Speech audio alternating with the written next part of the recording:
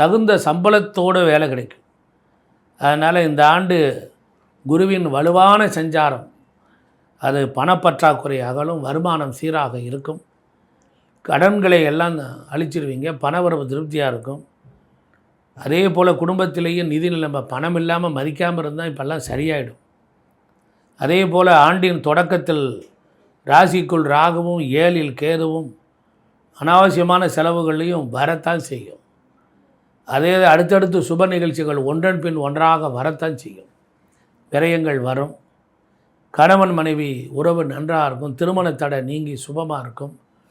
திருமண உறவுகள் நல்லா இருக்கும். கணவன் மனைவி ஒருவருக்கொருவர் புரிதல் ஏற்படும். விட்டு கொடுத்து போனால் இன்னும் நல்லாயிருக்கும். தாயாரின் ஆரோக்கியத்தில் தான் கவனம் தேவை. வீடு கட்டி பழைய வீடு கட்டி பாதியிலே நிற்கிது.